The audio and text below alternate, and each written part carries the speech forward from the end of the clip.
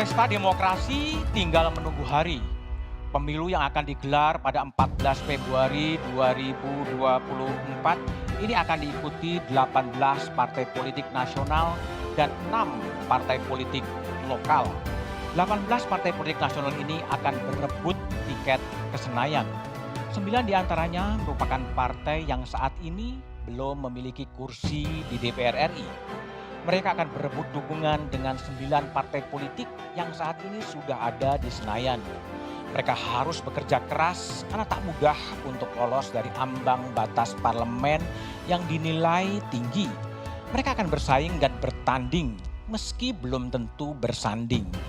Meski belum memiliki kursi di DPR, 9 partai politik ini tak mau kalah dalam menentukan posisi dan arah koalisi. Karena pilihan koalisi bisa ikut menentukan apakah mereka akan lolos masuk Senayan atau akan tersingkir dari percaturan. Setelah menghadirkan 9 partai politik penghuni DPR, kali ini satu meja The Forum spesial pemilu menghadirkan 8 pucuk pimpinan partai politik yang saat ini belum memiliki kursi di Senayan. Bagaimana uji nyali dan strategi 8 partai politik non-Senayan ini bersaing dan bertanding memperebutkan 580 kursi DPR RI. Apa saja yang menjadi kalkulasi dalam menentukan arah koalisi? Inilah satu meja The Forum spesial pemilu berburu tiket ke Senayan.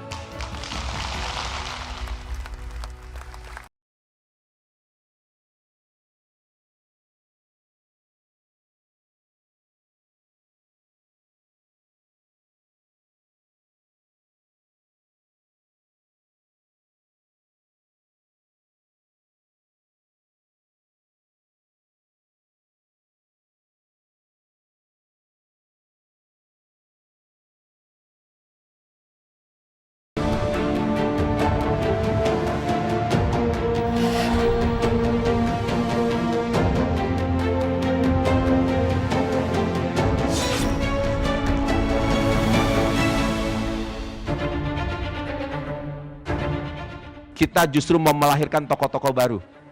Makanya caleg kita lebih banyak dari tokoh-tokoh muda, hampir 98%. Rakyat Indonesia sekarang ini memang menanti-nantikan lahirnya partai baru, lahirnya wajah baru, lahirnya pemimpin baru, karena mereka merasa hidupnya ini begini-begini saja.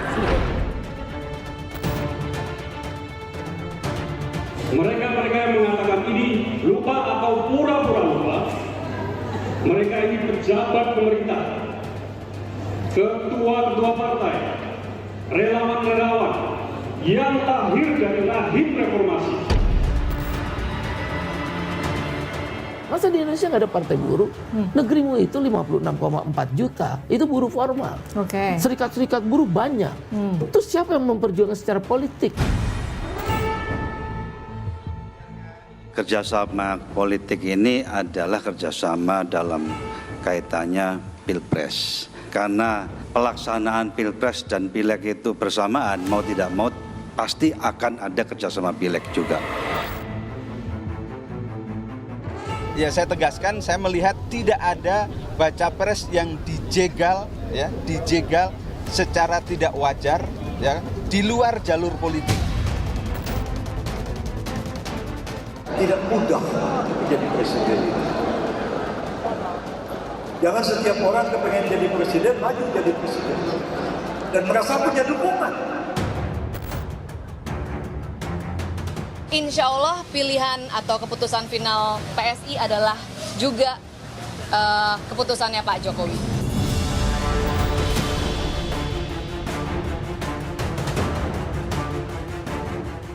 Urusan mereka, urusan koalisi, urusan kerjasama itu urusan partai. Saya bukan ketua partai.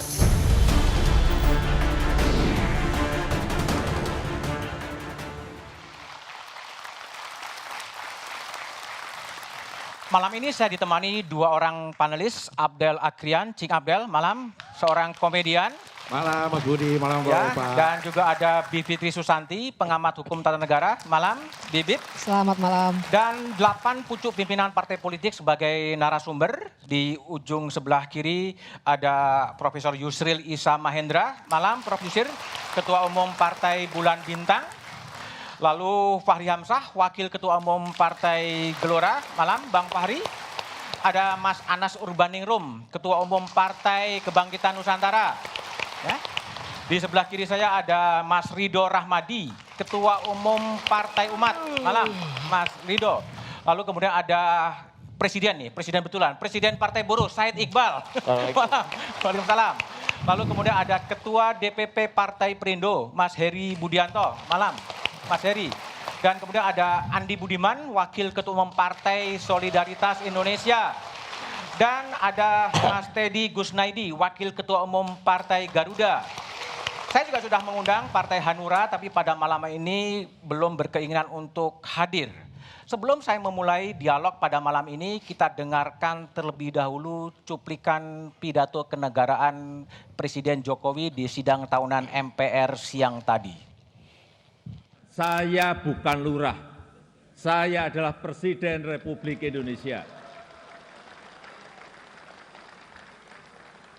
Ternyata Pak Lurah itu kode. Tapi perlu saya tegaskan, saya ini bukan ketua umum parpol, bukan ketua umum partai politik, bukan juga ketua koalisi partai. Dan sesuai ketentuan undang-undang, yang menentukan capres dan cawapres itu adalah partai politik dan koalisi partai politik. Jadi saya ingin mengatakan itu bukan wewenang saya. Bukan wewenang Pak Lurah. Bukan wewenang Pak Lurah, sekali lagi. Walaupun saya paham ini sudah menjadi nasib seorang presiden untuk dijadikan paten-patenan dalam bahasa Jawa, dijadikan alibi, dijadikan tameng, bahkan walau kampanye belum mulai, foto saya banyak dipasang di mana-mana. Oke, Fahri Hamzah, bro. Jadi apa yang dibaca kode Pak Jokowi bahwa Pak Jokowi itu bukan lurah tapi presiden dan nggak mengarahkan partai politik, terserah lah mau dukung siapa. Itu kalau Gelora gimana? Pak Jokowi itu memang tidak pernah bisa dibaca. Tidak bisa dibaca. Secara sederhana ya. Dan selama ini memang ada kelompok yang menikmati ketidakjelasan. Gimana ketidakjelasan itu? Dari posisi Pak Jokowi. Hah? Untuk kepentingan mereka, tapi belakangan mulai gelisah karena ketidakjelasan yang dikirim oleh Pak Jokowi tidak lagi menguntungkan. Tidak menguntungkan siapa? Ya mereka-mereka itu. Jadi kalau menurut saya, biar aja Pak Jokowi tetap tidak jelas. Kok tidak jelas, kan jelas sekali bro. Biar orang-orang yang mengambil keuntungan dari Pak Jokowi juga nggak dapat keuntungan lagi. Termasuk Gelora gitu ngambil keuntungan. Kita kan belum merupakan bagian dari pemerintahan, tidak punya posisi di dalam parlemen ataupun di eksekutif ya. Karena itu saya kira yang penting sekarang itu sikap kita terhadap memposisikan presiden. Presiden itu di fase-fase terakhir seperti ini harus diposisikan secara positif. Biarkan dia menjalankan dua politik. Pertama politik rekonsiliasi, yang kedua adalah politik legacy. Rekonsiliasi maknanya adalah melerai supaya kita tidak bertengkar soal-soal yang tidak perlu, begitu seperti yang terjadi belakangan ini. Yang kedua adalah ya tentu mengamankan kebijakan yang perlu diteruskan. Sebab saya sering mengatakan sebagian orang menikmati bahwa setiap pemerintahan yang baru mulai dari nol. Dan mereka ingin mengikis habis apa yang pernah dilakukan oleh pemerintah sebelumnya. Padahal kerugiannya pada rakyat. Bayangkan kalau satu proyek mangkrak, misalnya kereta api cepat itu hampir 200 triliun. Berabe ya? Kalau itu mangkrak yang rugi kan bukan Pak Jokowi. Oke. Yang rugi juga bukan presiden yang akan datang, tapi rakyat Indonesia yang meletakkan keringatnya dalam anggaran terpaksa hancur uangnya nggak jadi Mangkrak. Oke, baik Bro Fahri. Bung Andi Budiman, PSI. Ini Pak Jokowi tadi mengatakan jadi paten-patenan, alibi, mengatasnamakan. Nah, PSI ini kan sering tegak lurus gitu. Ini memang diarahkan oleh Pak Jokowi atau gimana? Pertama, pidato tersebut harus dibaca pada dua level ya. Yang pertama sebagai kepala negara, ini adalah komitmen dari Presiden bahwa beliau tidak akan menggunakan kekuasaan untuk memenangkan salah satu kandidat. Dan itu memang adalah sesuatu yang kita inginkan. Secara konstitusional, Presiden harus bersikap netral, tidak membela siapapun di dalam kontestasi Pilpres di 2024. Tapi tentu saja sebagai pribadi adalah hal yang sangat manusiawi kalau Pak Jokowi merasa ada kandidat yang paling dianggap bisa meneruskan apa yang menjadi legasi beliau. Karena di bagian lain pidato terlihat sekali sebetulnya ada semacam kekhawatiran dari Pak Jokowi, dan ini bukan yang pertama kali ketika Pak Jokowi menyebut bahwa kita punya kesempatan untuk maju. Kita punya kesempatan untuk maju yang sangat besar. Dalam 10 tahun pendapatan per kapita itu bisa naik 153 juta rupiah. Dalam 15 tahun akan menjadi 200 sekian juta rupiah. Dan kalau misalnya ini tidak kita manfaatkan, kalau kita salah dalam memilih pemimpin dan partai politik di 2024, maka bukan tidak mungkin bahwa trek kemajuan yang sekarang ini sebetulnya sudah kita raih ini mungkin akan berhenti atau bahkan mundur. Nah, ini yang tidak kita inginkan. Baik. Prof Yusril, Prof Yusril ini kan pengalaman cukup lama di pemerintahan ya, pernah menjadi penulis pidato. Kalau Prof Yusril lihat tadi pidato presiden dalam sidang tahunan MPR ya, kelihatannya menjadi lebih lepas, tidak terlalu formal. Prof Yusril lihatnya gimana tadi pidato tadi? Bahasa pidato presiden itu seperti di awang-awang. Di awang-awang? Ya, jadi ibarat manusia itu kepalanya nggak mentok ke langit, kakinya nggak nginjek bumi. Maksudnya gimana Pak Yusril? Tapi ya bahasanya memang begitu. Jadi saya nulis pidato presiden itu satu bahasa yang dimengerti oleh semua orang. Jadi oleh masyarakat kelas bawah dimengerti dan tidak ditertawakan oleh kaum intelektual. Jadi memang ucapan-ucapannya itu kan berisi satu kebijakan. Dan memang tidak detail, tidak strict to the point. Dan karena itu memang bisa ditafsirkan macam-macam. Jadi terserah yang nafsir apa ya. yang dikatakan oleh Pak Agi Hamzah itu betul. Jadi ucapan presiden itu satu kalimat yang mengandung beribu makna. Ya itulah presiden. Oke, Mas Anas, kalau Mas Anas lihat ya, tadi meskipun Pak Jokowi mengatakan dia itu sering diatasnamakan, fotonya sering berada di mana-mana. Kalau PKN melihat, memang Pak Jokowi menjadi lurah dan mengarahkan siapa partai-partai itu berlabuh ke siapa ya? Pernyataan-pernyataan Pak Jokowi tadi itu menurut saya justru menegaskan bahwa posisi Pak Jokowi sebagai kingmaker. Kingmaker? Iya. Malah menegaskan itu? Menurut saya begitu, karena dengan namanya dipakai atau digunakan atau diatasnamakan, meskipun kemudian pakai terminologi Jawa jadi paten-patenan tadi itu sesungguhnya menegaskan bahwa Pak Jokowi punya pengaruh besar untuk Pilpres yang akan datang. Yang kemudian disimbolkan dengan Pak Lurah tadi ya? Ya, itu kan sebetulnya bahasa yang sangat mudah dipahami buat para politisi, bahkan kalangan kelas menengah perkotaan atau para peminat politik sangat mengerti istilah Pak Lurah itu. Dan yang Pak Lurah di mana-mana punya pengaruh besar. Hanya soal pengaruh besar itu mau digunakan atau tidak. Oke. Kalau sekarang sudah digunakan belum? Sekarang sebagian sudah digunakan.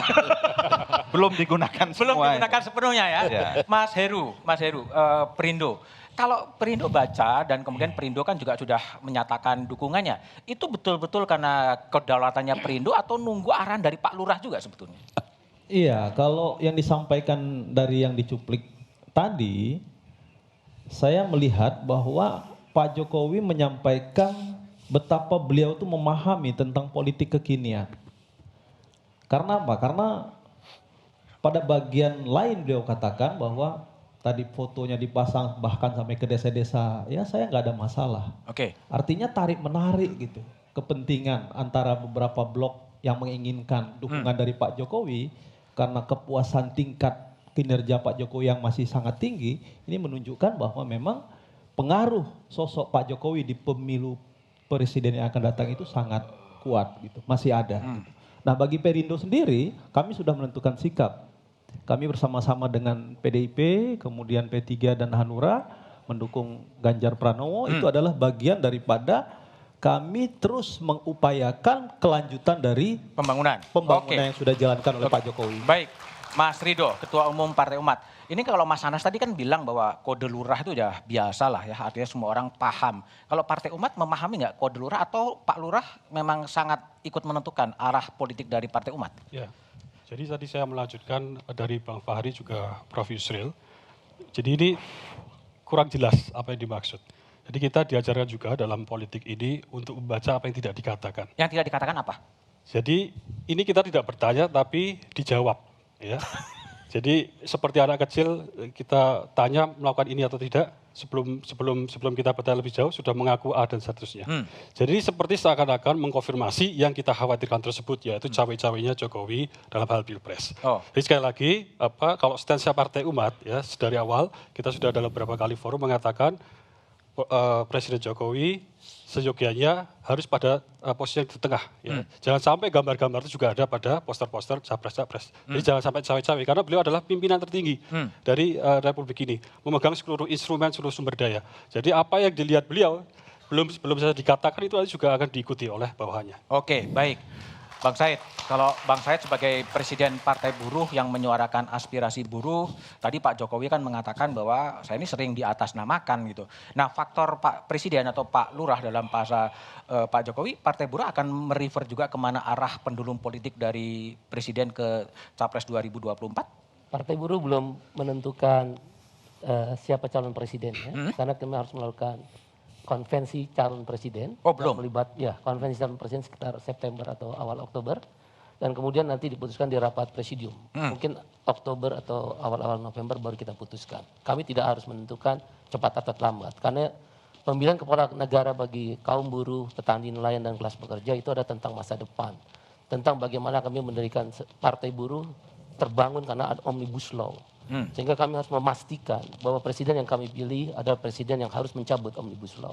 Jadi yang kedua, memilih presiden yang harus mencabut Omnibus Law. Iya. Itu yang akan didukung oleh Partai Buruh. Betul. Yang kedua, Bung Teddy, kalau Bung Teddy lihat tadi gimana soal alibi atau pernyataan terbuka dari Presiden Jokowi bahwa saya bukan lurah tapi presiden, saya nggak mau cawe-cawe dalam urusan partai politik, itu adalah kedaulatan partai. Kalau bagi Mas Teddy, posisinya gimana? Ya saya bilang kalau hari ini Pak Jokowi nonton, pasti Pak Jokowi mengatakan bahwa ini orang-orang sok tahu semua gitu. Sok tahu. Seolah-olah mereka bisa menafsirkan apa yang dia pikirkan gitu. Tapi kalau kita melihat begini, sebenarnya Pak Jokowi ini kalau yang tadi kita lihat itu benar-benar menyampaikan keluh kesahnya. Keluh kesah? Keluh kesahnya terhadap berbagai situasi yang terjadi sekarang ini, bagaimana dirinya dijadikan alat oleh partai-partai politik untuk meningkatkan elektabilitas.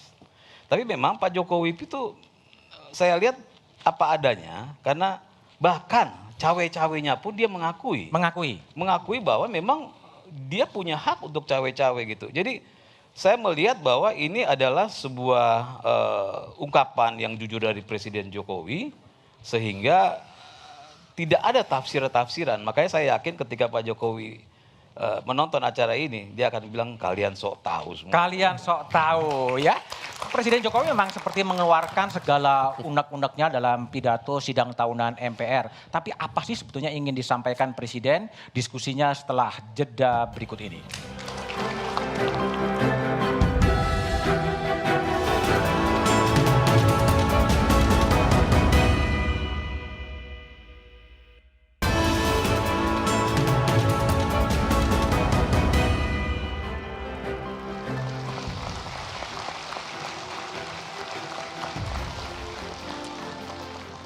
Cing Abdel. Iya, Mbak Bibip. Soal lurah aja kayaknya rame ya. Kayaknya kalau jadi materi stand up comedy keren banget tuh. Saya nggak bisa karena di pasar Minggu Bu Lurah. Oh gitu, Bukan Pak Lurah ya, tinggalnya di Tapi Pasar ini Minggu. laki-laki semua nih Cing Abdel. Iya. Nanti kita cari ya yang perempuan ya. Iya. Tapi yang menarik gini loh, kan katanya ini juga duduknya ada pengaturan nih. Iya. Katanya begitu tadi. Apa diatur atau nggak diatur sih kayaknya pas ya? Kayaknya diatur tuh, tapi sekarang ya melihat pidato presiden tadi, kayaknya ngaturnya kayaknya juga jadi salah nih. Kayaknya harus ada ditukar-tukar gitu ya. Nah menarik ya untuk melihat bahwa pidato presiden kan biasanya kaku, formal. Tadi kata Prof Yusril biasanya bahasanya juga memang ngambang. Nggak mentok langit, nggak nginjek tanah. Gimana tuh ya? Ngambang gitu ya. Kayak orang meninggal punya utang gitu dari antara baina sama ini ya, sama bumi gitu ya. Iya, tapi menariknya kan kita tuh biasanya kalau deket-deket pemilu nih ngomonginnya wah politik uang, sembako bagi-bagi. Tapi sekarang jadi ada indikator baru nih, pidato presiden. Betul. Tuh gimana ya tuh apa tadi tuh apa tuh kira-kira kalau Cing Abdel tuh melihatnya ngambang itu sebenarnya gimana tuh ya? Jadi kayaknya Pak Jokowi kayak sedang curhat gitu ya. Iya. Mungkin nanti Pak Jokowi bisa saya hubungkan dengan Mama Dede karena Mama Dede itu penerima curhat Indonesia yang paling top lah dia ya. Iya. Tapi kalau menurut saya sih nggak apa-apa lah. Pidato diselipin curhat. Jangan lagi curhat selipin pidato, malah kita agak bingung. Bener juga. Iya, mendingan selipin curhat di pidato gitu ya. Mungkin Mas Budiman bisa tanya lagi karena ada beberapa pidato ada atau curhatannya tentang hinaan pada dirinya itu belum dibahas di sini. Mungkin Mas Budiman bisa tanya kepada narasumber yang lain, Mas. Oke, Prof Yusril, gimana? Tadi ini ada kombinasi yang mungkin cantik atau enggak cantik atau kesalahan dari speechwriter-nya gitu? Ada curhat muncul dalam pidato formal di sidang tahunan. Kalau Prof Yusril lihat pesannya mau disampaikan ke siapa sih sebetulnya? Ya, zamannya sudah berubah ya. Zaman sudah berubah? Iya, kalau di masa yang lalu memang pidato presiden, pidato ke negara itu sangat formal. Apalagi Bung Karno ya, Pak Harto juga begitu. Dan itu agak diulang pada masa PSBY. Tapi sesudah itu memang ya kalau Gus Dur ya pidato yang nggak ada teks. Orang lain yang baca. Kemudian memang belakangan ini memang MPR dan lain-lain ya seperti dari segi pakaian aja kan kelihatan kurang begitu serius ya. Kurang begitu orang serius? pakai semua rapi begitu. Sekarang kan dengan pakaian warna-warni masing-masing, bawa pakaian daerahnya masing-masing. Jadi kita melihat ini sidang tidak lagi formal. Memang bagus sih dari segi mengangkat citra budaya kita yang Bhinneka Tunggal Ika dan sebagainya. Tapi sifat formal dari pertemuan itu menjadi kurang nilainya. Pidato pun sebenarnya dia teks ya, dan teksnya itu ketat, ya teksnya itu dijadikan pegangan oleh semua orang dan biasanya juga zaman dulu ya pidato teks itu dimuat oleh semua media ya, media cetak sehingga menjadi pegangan bagi semua orang dan bisa melihat apa sih arah yang akan dilakukan oleh presiden paling tidak 1 tahun yang akan datang karena itu kan pidato APBN ya. Pidato formal ya. Jadi sekarang ini kelihatan jadi seperti tidak jelas dan memang negara kita ini makin hari makin mengambang seperti itu. Makin mengambang. Oke, Bro Fahri. Jadi kalau Bro Fahri kan pernah menjadi wakil ketua DPR ya. Kemudian udah pandai lah membaca peta-peta politik atau sinyal-sinyal politik. Dan Gelora kan sudah melabuhkan dukungan kepada Pak Prabowo Subianto. Itu juga membaca petunjuk Pak Lurah ya? Ya kalau kembali ke sidangnya dulu, saya dulu termasuk yang agak ngacak-ngacak itu ruang sidang paripurna itu. Ya, misalnya saya tidak terima kalau menteri itu duduk di samping, lebih tinggi dari ada anggota dewan. Saya bilang suruh menteri-menteri itu duduk di depan presiden. Coba lihat sekarang kan, semua menteri kan duduk di depan presiden. Itu yang maksa saya itu. Supaya kelihatan inilah penyelenggara negara, inilah kabinet itu. Jadi memang yang disebut oleh Prof Yusril soal sifat formil itu memang to some extent ini juga persoalan dari melemahnya atau kurangnya ahli-ahli tata negara di sekitar presiden sebenarnya. Sehingga sebenarnya satu forum yang harus dibikin quote unquote agak kaku menjadi hilang kakunya itu. Padahal memang forum-forum seperti itu harus dibikin agak kaku gitu. Harus agak di masa depan. Tapi kembali ke pertanyaan saya. Tapi karena ini terjadi sekarang, saya kira ya kita membaca yang tidak jelas itu aja tadi nggak apa-apa. Biarin aja, biar orang nggak bisa ngambil untung gitu. Soalnya nanti kalau jelas banyak ngambil untung. Tapi gimana kalau Bro Fahri lihat ya, yang sudah lumayan pengalaman di parlemen. Pak Jokowi seperti curhat ya, ngomong dibilang plonga-plongo, dibilang tolol, ya nggak ngerti apa-apa. Itu dalam forum resmi. Sebetulnya di balik itu tuh ada apa dan pesan apa yang mau disampaikan? Saya merasa memang Pak Jokowi sedang mengalami fase-fase tekanan yang kuat sih ya. Tekanan? Ya. Presiden loh. Ya, presiden ditekan karena sekali lagi ini ada soal ketidakjelasan sistem juga. Iya. Sebenarnya kita ini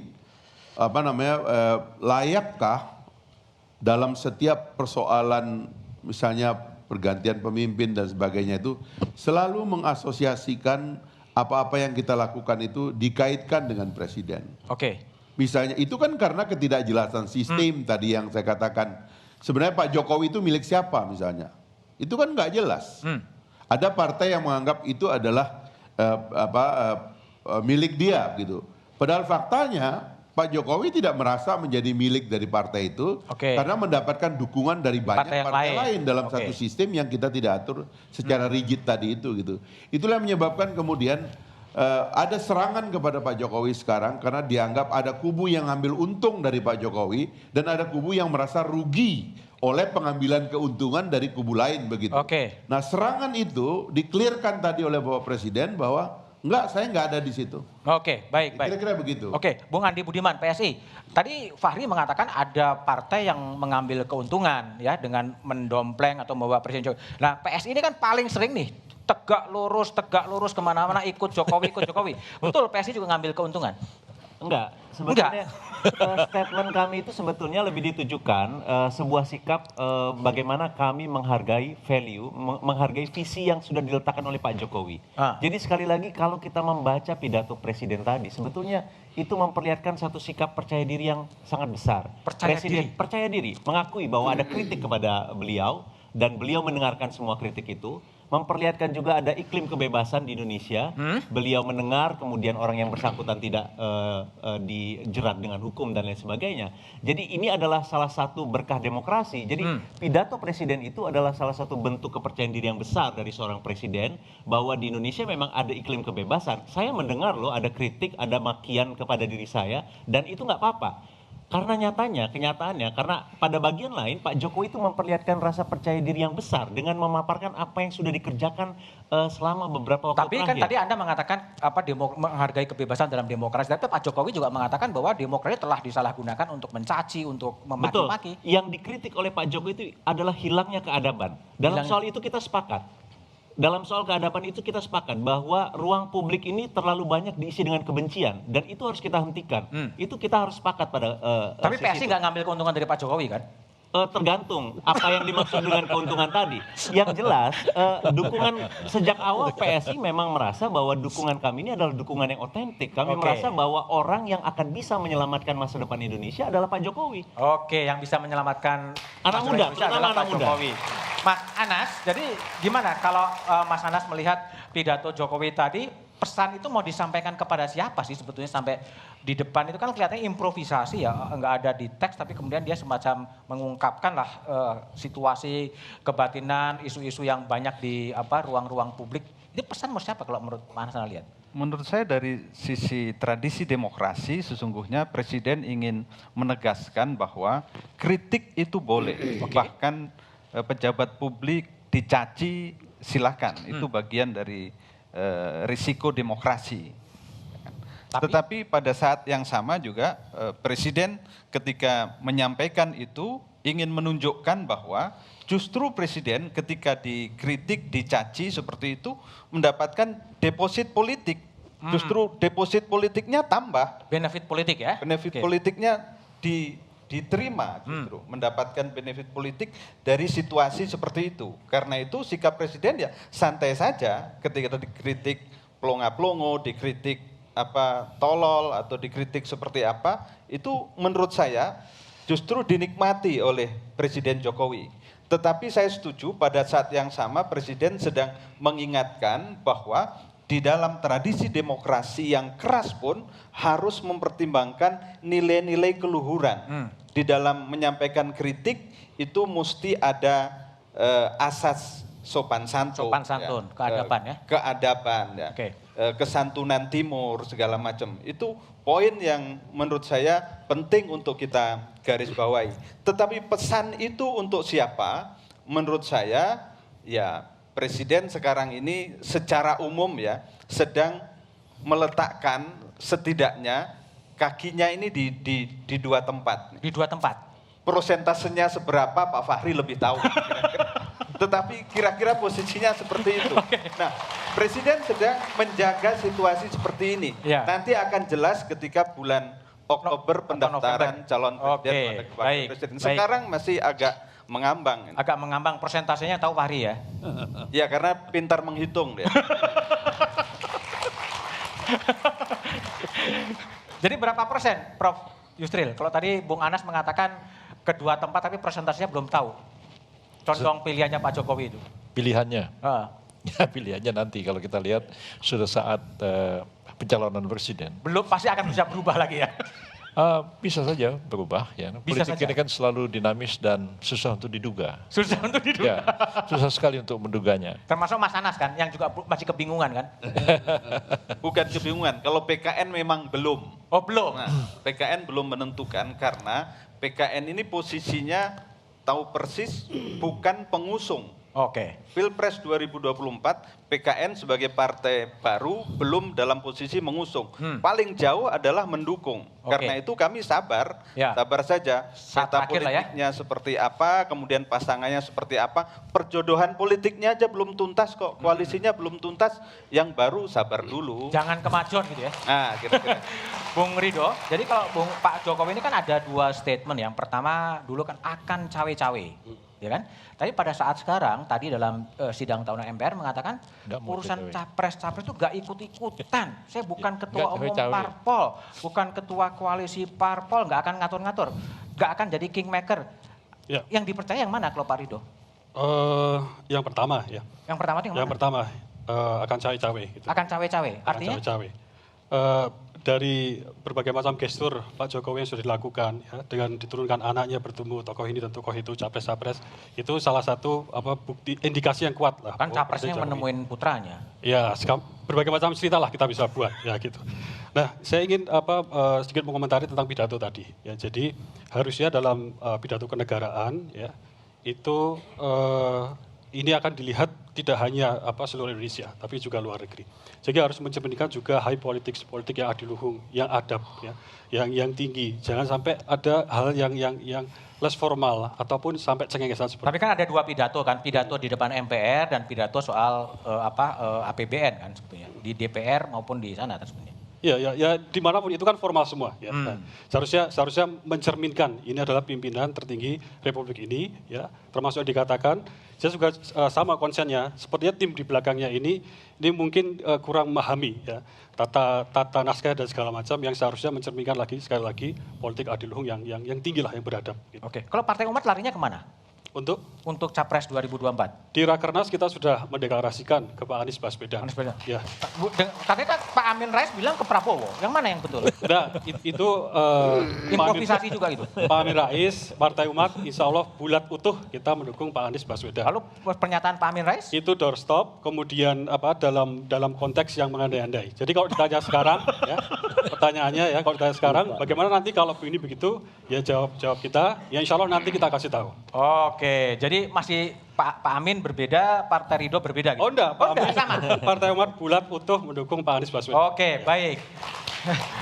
Kalau Garuda kemana? Garuda kan belum ketahuan ini, pendulumnya akan ikut ke blok yang mana dan harus ikut mengusung kan sebenarnya dalam Pilpres 2024? Ya kalau Garuda sampai hari ini kita masih mengutak-atik ya. Mengutak-atik? Mengutak-atik dua pimpinan bangsa yang terbaik ya. Antara siapa dan siapa? Antara Pak Prabowo atau Pak Ganjar.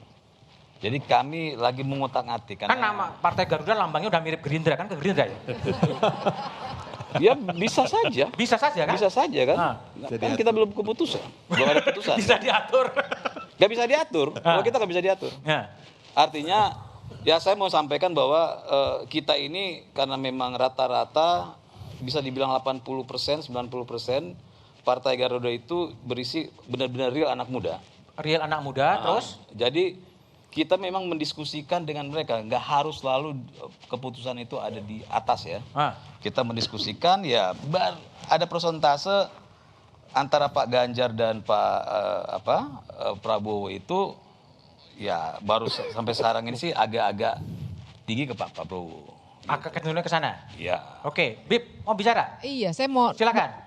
numpang nitip pertanyaan ya, ini boleh langsung nanya atau Boleh, saya silakan. nitip deh, saya nitip ke Mas Budiman.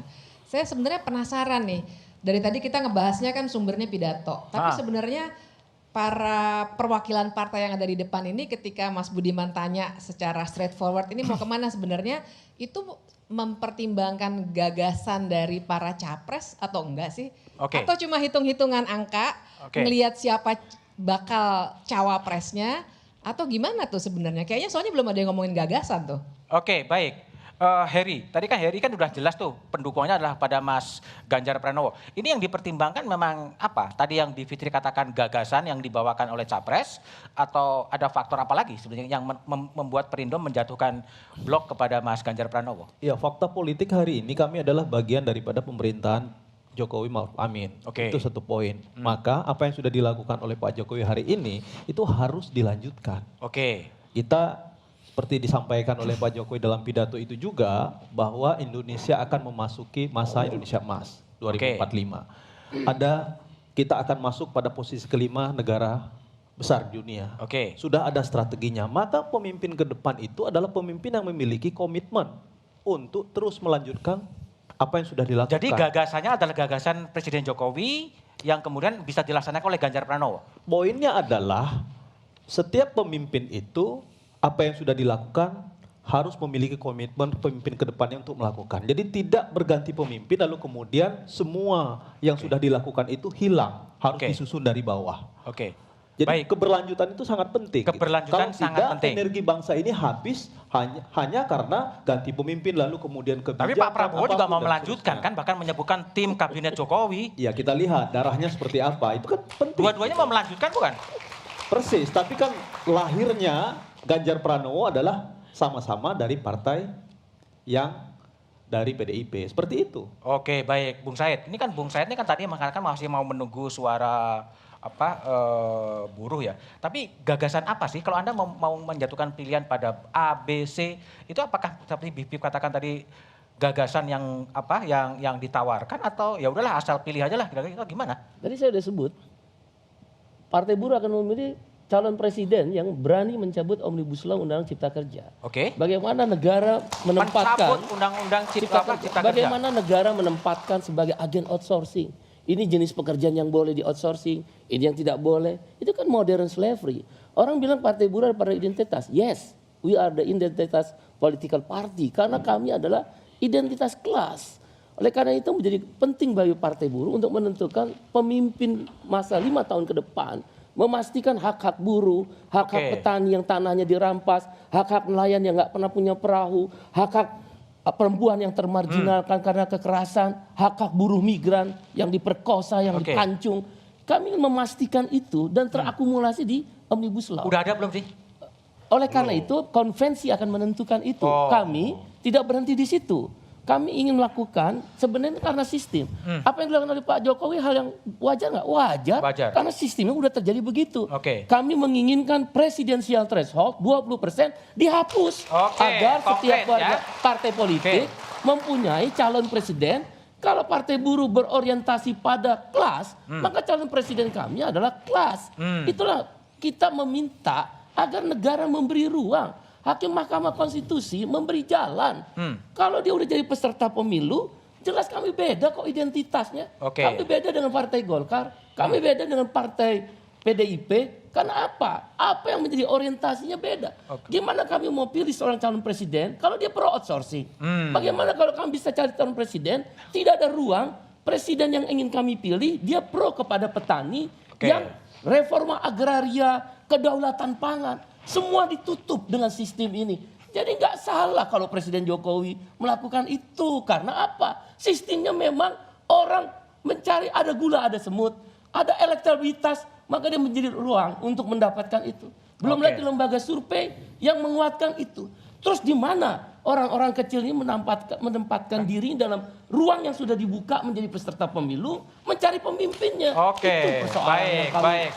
Ini konkret ya. Pertama adalah presiden yang mau mencabut Omnibus Law dan kemudian presidensial reforma agraria lebih konkret. Bung Abdel, silakan. Anda mau menanggapi kelihatannya. Ini saya cuma pengen nanya sebenarnya bapak-bapak yang mendukung atau mengusung Pak capresnya, itu capresnya mau nggak sih? Anda nanya ke siapa itu? Iya, siapa? Silakan Mas Budiman bisa. Capresnya udah mau maju gitu. Iya, capresnya mau nggak sih didukung sama partai ini gitu? Atau ada punya kewenangan jadi kan begini masalahnya, kita ini memang sudah dibatasi jumlah capresnya. Jadi nanti kayak Partai Buruh ada kesulitan tuh. Kalau misalnya semua capres tidak menyatakan secara tegas akan mencabut Omnibus Law misalnya, berarti kan Partai Buruh harus golput. Kan, itu persoalan kan. Memang kita sudah dibatasi. Ini sistemnya kayak begini. Sekarang kan ini kan waktunya tinggal sebulan. Kan yang ditanya itu kita main dalam koridor yang sudah ada ini. Karena nggak mungkin kita ubah. MK udah nggak nerima perkara lagi dalam situasi seperti ini. Jadi sekarang ini seperti kata Bung Anas tadi, tinggal pengusung atau pendukung begitu. Kita yang belum punya seat di parlemen di Senayan tadi, yang judul pertemuan ini adalah menuju Senayan tadi, kita yang belum punya seat di Senayan, kita akan menjadi pendukung. Kira-kira begitu. Nah itu disampaikan nggak ke? Oh harus gitu, harus ada kontrak juga nanti dengan mereka gitu. Pastilah mereka memerlukan dukungan. Lebih banyak, lebih baik tentunya. Karena jumlah orang yang bekerja buat capres itu akan lebih banyak begitu. Oh iya. Baik, terima kasih Pak. Udah puas ya. Oke ya, dari pidato kenegaraan Presiden Jokowi, kita akan beralih ke strategi 8 partai politik yang hadir malam ini untuk bagaimana nih mengutak-atik cara berburu tiket agar bisa mendapatkan kursi di Senayan. Kami kembali usai jeda.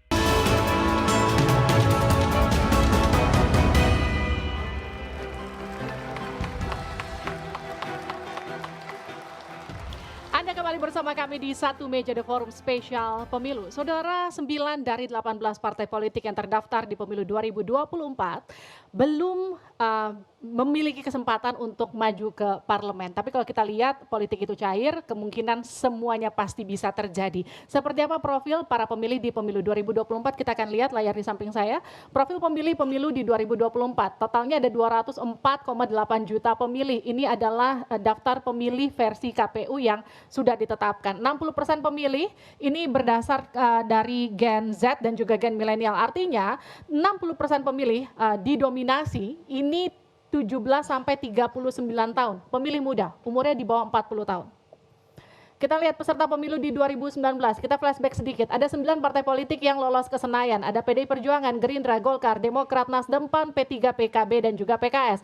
Ada 5 partai politik yang tidak lolos ke Senayan di 2019. Ada PSI, Hanura, Partai Garuda, Perindo, dan juga Partai Berkarya. Tapi kalau kita lihat di 2024, ini ada total 18 partai politik yang sudah terdaftar.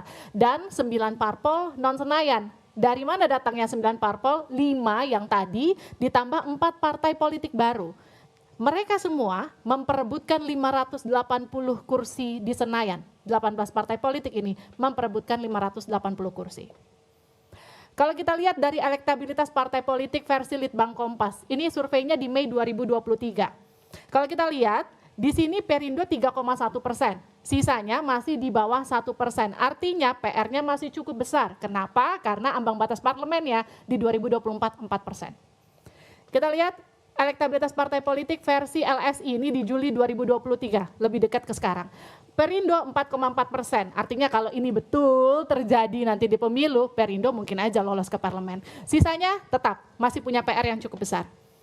Elektabilitas partai politik versi Carta Politika, ini Mei 2023. Perindo 3,2%, di sini sisanya semua masih di bawah 1%. Ambang batas parlemen di 2014 itu 3%. Tapi di 2019 dan di 2024 4%. PR-nya masih cukup besar, tapi sekali lagi politik apapun bisa terjadi. Yang jadi pertanyaan sekarang gini, PR-nya masih cukup besar, masyarakatnya sudah cukup tahu belum partai politik baru atau partai politik mana aja sih yang akan berlaga di pemilu 2024? Kita lihat ini dia kata masyarakat.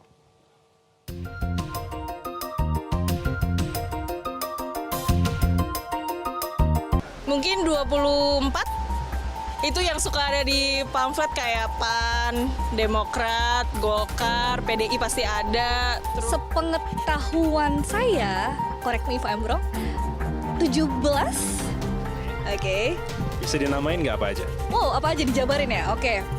PDIP, Demokrat, Nasdem, P3, PKB, and then apa ada? Ya, 17 lah Mbak intinya. Mungkin 10, 15? 15, ya. Yang udah pasti ya PDIP, Gerindra, Demokrat, terus PSI, terus PKS. Yang lainnya kurang tahu sih. Kalau salah ya, sedikit gue ada 24. PAN, PKB, PPP, PDIP, PSI, PKS, Demokrat, Golkar, Nasdem, Perindo, Partai sisanya nggak kepikiran. Kalau pesertanya mungkin kalau yang terdaftar 17 kali ya. Tergantung sih kalau yang partai lokal yang 6 itu masuk apa nggak belum tahu sih, harus riset lagi. Yang paling terkenal mungkin ada kayak PDIP, Demokrat, ada juga Golkar dan lain-lain gitu sih. Peserta partai aduh nggak tahu persis sih, cuman kalau nggak salah 20-an gitu, terus dipisah ada partai nasional sama partai lokal ya kalau nggak salah kayak gitu. Jadi kayak PDIP, Nasdem, Gerindra, terus PKS, PAN, banyak dah. Kalau tadi kita dengar apa kata masyarakat yang tadi kita rangkum jadi beberapa cuplikan tadi, rasanya PR bagi partai politik baru di pemilu 2024 ini masih sangat besar. Karena tadi jumlahnya nggak ada yang benar. Jumlah yang benarnya 18, tapi rata-rata mereka nyebut 20-an. Dan dari semua yang disebut itu, belum banyak yang menyebut partai-partai baru yang sekarang jadi tamunya Mas Budiman di atas. Jadi PR-nya luar biasa besar. Tapi bukan berarti nggak mungkin ya Mas Budiman ya. Tapi sebelum Mas Budiman kembali ambil alih satu meja di forum, ini nampaknya Mbak Bivitri sama Cing Abdel mau komentar dikit nih. Iya ini kalau ngelihat yang tadi Vox Pop itu belum banyak yang tahu ya, bahkan tidak ada yang menyebut yang non Senayan ya. Ternyata popularitas masih diperlukan ya, Pasti. walaupun elektabilitasnya belum tahu, yang penting populer dulu. Populer sama uang biasanya Cing Abdel. Pakai uang ginian ya? Oh Pakai pasti uang. dong. Buat populer harus pakai uang. Harus banget. Enggak, Aldi Taher enggak dia. Bener juga ya. Iya. Oke, tapi selain uang, popularitas, terus gimana tuh ya? Kalau menurut Cing Abdel tuh ngelihat apa pandangan masyarakat? Nah ini yang jadi permasalahan, kenapa orang tuh banyak yang pengen berebutan kursi di Senayan. Kekuasaan dong. Ya selain kekuasaan. Nggak tahu apa lagi ya? Katanya di situ yang paling enak buat ngasok. Yang bener. Iya. Jadi tidur pakai jas nggak dibangunin sama istrinya. Oh gitu. Kalau kita kan pulang nih, habis kerja tidur masih pakai jas, masih dibangunin sama istrinya. Kalau di sana katanya nggak ada yang udah dibangunin. Bener nggak kira-kira? Oh betul juga. Iya. Coba kita tanya sama Mas Budiman. Sebenarnya tujuan akhirnya partai-partai itu mau berebutan tiket ke Senayan apa sih? Emang membuat bobok-bobok? Atau buat kekuasaan atau apa sih? Coba deh tanya dong Mas Budiman. Oke, Cing Abdel dan Bibip. Kayak ke Bung Fahri dulu ya. Fahri ini kan galak ya di waktu jadi wakil ketua DPR itu. Betul ada kenikmatan ya di DPR, termasuk tadi yang Abdel cerita tidur-tidur gitu. Ya di semua tempat ada orang jahat, ada orang baik. Banyak yang mana? Tapi dalam politik itu memang niatnya memang harus baik ya. Artinya pertama-tama kita hidup di alam demokrasi, kita percaya bahwa demokrasi menganut konsep sirkulasi elit secara permanen. Jadi sebenarnya dalam demokrasi itu tidak ada yang namanya partai lama atau partai baru. Yang ada adalah mandat lama dan mandat baru. Karena pada dasarnya dalam demokrasi, rakyat punya kebebasan untuk menentukan pemimpinnya anytime dia mau. Bahkan kalau di dalam sistem parlementer itu, kalau rakyat sudah merasa ini pemerintahan sudah tidak legitimate, ya kan, karena bertengkar atau gagal membuat koalisi, pemilunya itu bisa dipercepat anytime begitu.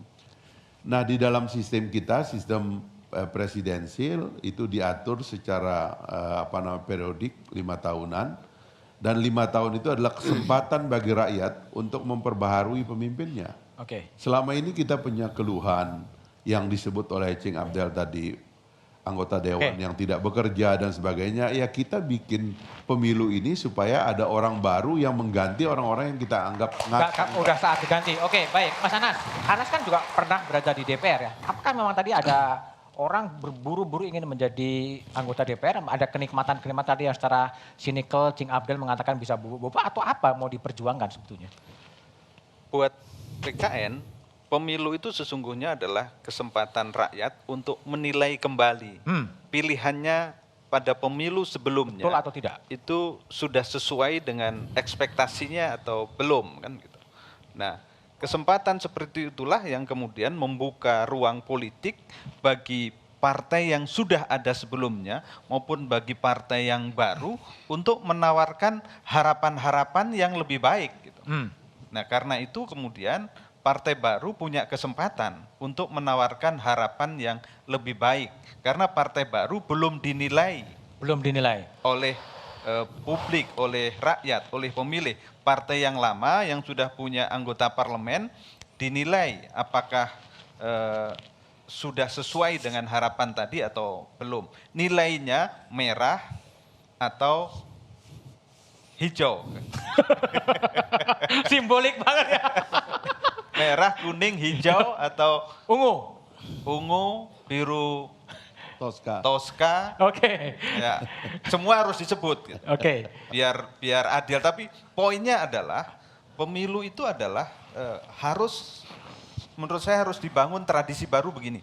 Kalau pemilu biasanya dimaknai sebagai musim panen. Musim panen? Bagi pemilih. Menurut saya mulai pemilu yang akan datang itu harus diubah menjadi musim tanam bagi pemilih. Tanam bagi pemilih. Panennya adalah nanti berupa kebijakan-kebijakan yang baik, yang menguntungkan bagi sebanyak mungkin rakyat, baik di tingkat nasional maupun di tingkat lokal. Nah, kalau pemilu dianggap sebagai musim tanam, menurut saya kompetisinya akan menjadi lebih sehat. Karena yang ditawarkan adalah hal-hal yang bersifat positif. Akan juga berpengaruh terhadap perilaku pemilih. Nah, poin saya terkait dengan itu, selama ini dari riset ya Mas Budiman ya, party ID kita itu rendah. Lemah. Ya, rendah. Itu artinya apa? Tingkat afinitas politik partai dengan pemilih, dengan rakyat itu lemah. Kedekatannya lemah. Mengapa lemah? Karena partai sering dianggap hanya hadir ketika pemilu dan pilkada. Nah, karena itu PKN ingin menawarkan sebagai pejuang suara rakyat selamanya. Pejuang suara rakyat selamanya. Bukan musiman, bukan musim pemilu atau musim pilkada. pemilu ya. Nah, baik. Bib, mau komentar Bib? Iya, saya sangat tertarik dengan diksi musim tanam dan musim panen ini. Tapi begini, soalnya kan sekarang itu sistem di DPR tidak memungkinkan kita pemilih untuk tahu persis orang yang mewakili saya itu dia setuju nggak misalnya sama Undang-Undang Cipta Kerja. Dia setuju nggak dengan Undang-Undang Kesehatan. Karena semuanya bukan one person one vote tapi one fraksi one vote gitu. Nah tapi partai-partai baru nih sebenarnya punya nggak ide untuk mendobrak tradisi-tradisi yang menghilangkan musim tanam tadi gitu. Idealnya begitu, tapi sistem kita tahu sistem pengambilan keputusan di DPR tidak seindah itu. Kalau misalnya 8 partai baru ini ternyata tidak punya visi untuk mengubah cara DPR bekerja lebih partisipatif dan lain sebagainya, ya kita lingkaran setan nih. Akhirnya ntar yang di sini juga akan sama aja.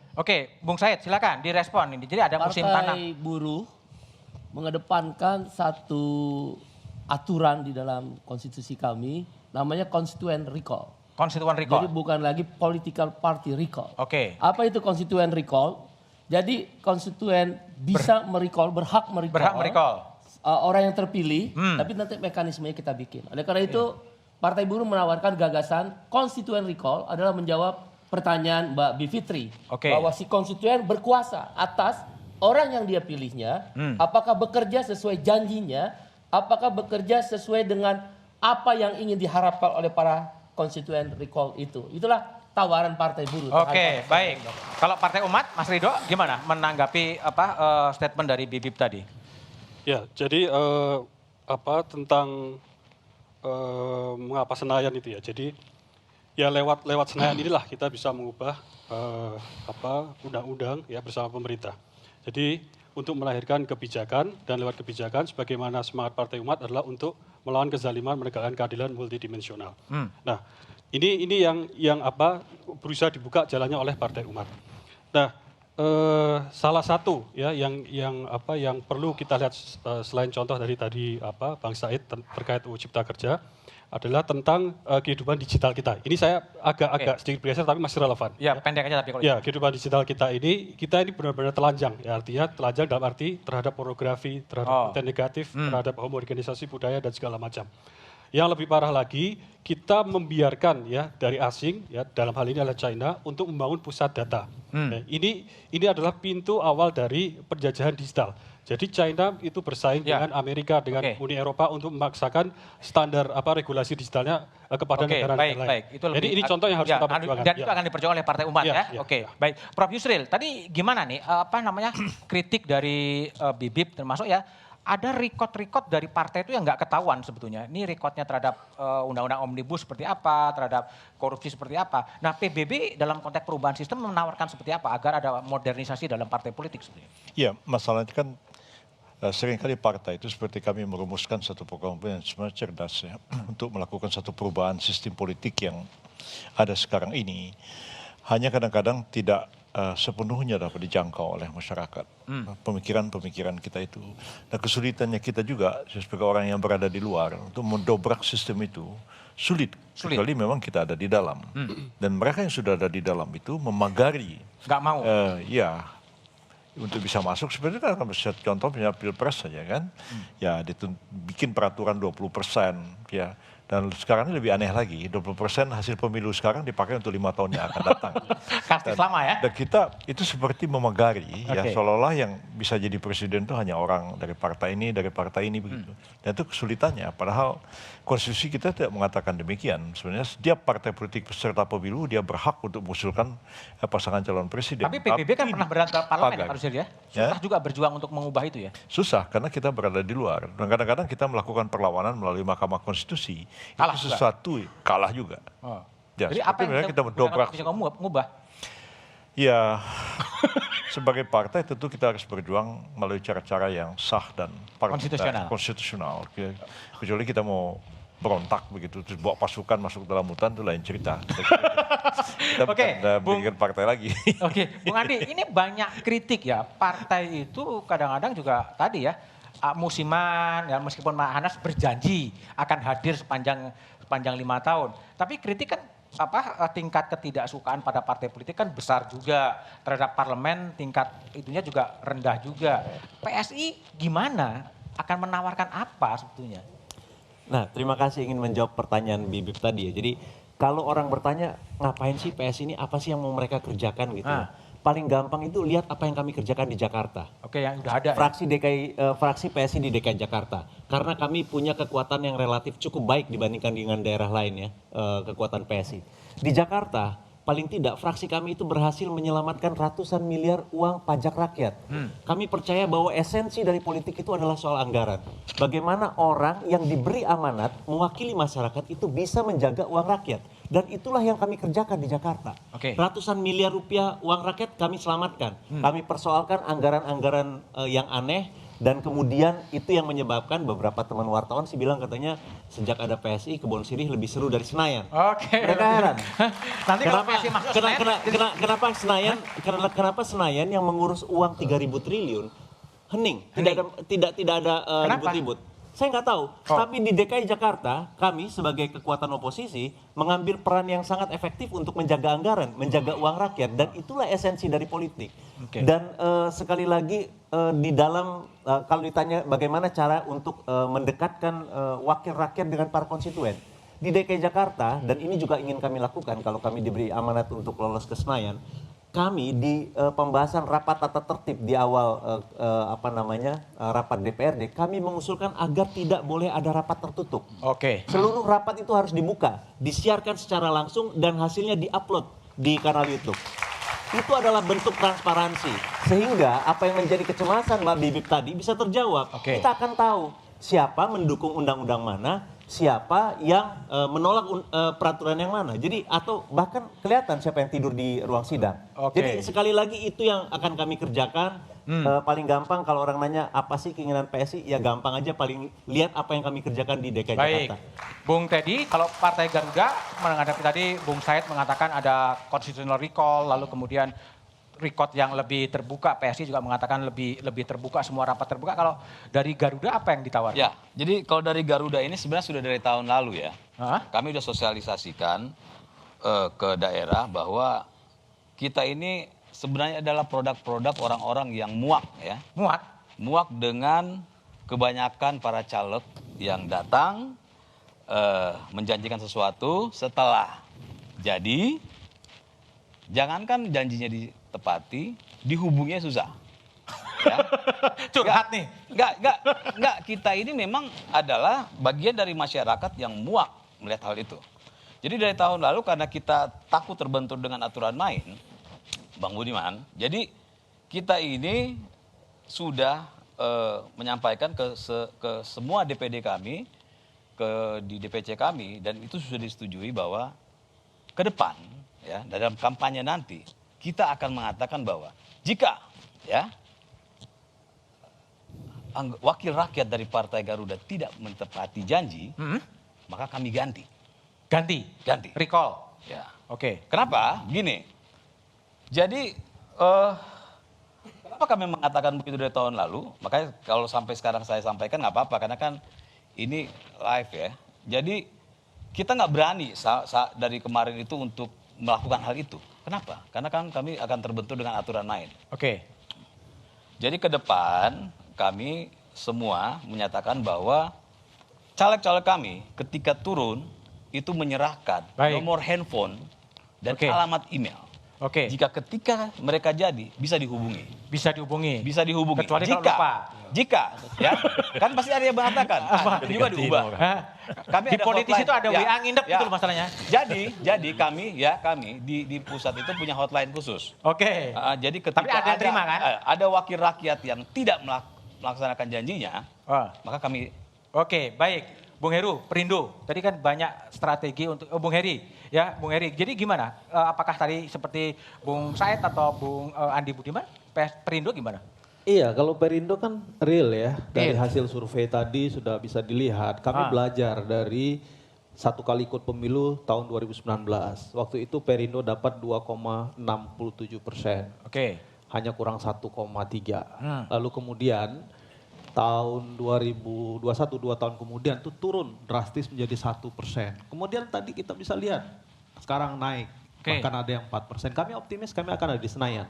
Untuk menjawab pertanyaan Mbak Ip tadi, saya kira poin lah, Perindo adalah partai yang tidak punya beban masa lalu. Optimis kita. Dan saya kira semua teman-teman yang di sini ada 8, kecuali mungkin PBB ya, Prof pernah ada di Senayan setelah reformasi, lalu kemudian kan tidak ada. Saya kira partai ini nggak ada beban masa lalu. Layak masyarakat Indonesia mempercayakan kepada kami-kami yang ada di sini untuk duduk di Senayan. Baik. Dari Senayan kita ke pemilu presiden, karena 8 partai politik non Senayan ini beda pilihan soal pasangan capres dan cawapres. Bahkan ada yang belum menentukan pilihan. Apa alasan dan tujuan partai kami hadirkan setelah jeda berikut ini.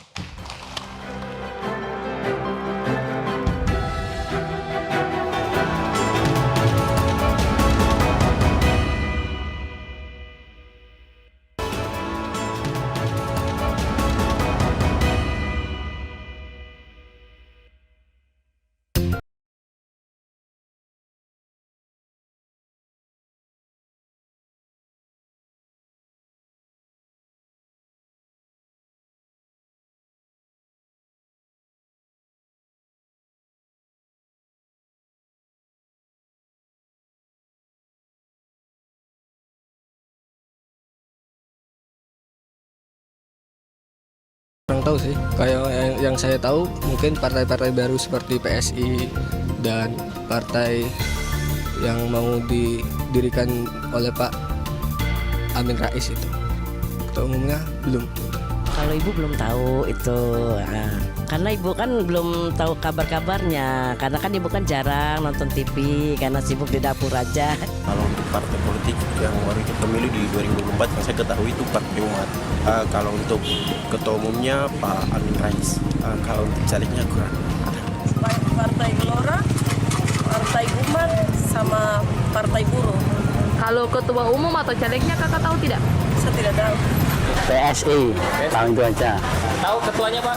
Nggak tahu namanya. Saya ingin tahu. Ya salah-salah cuma sibuk di pasar begini Pak.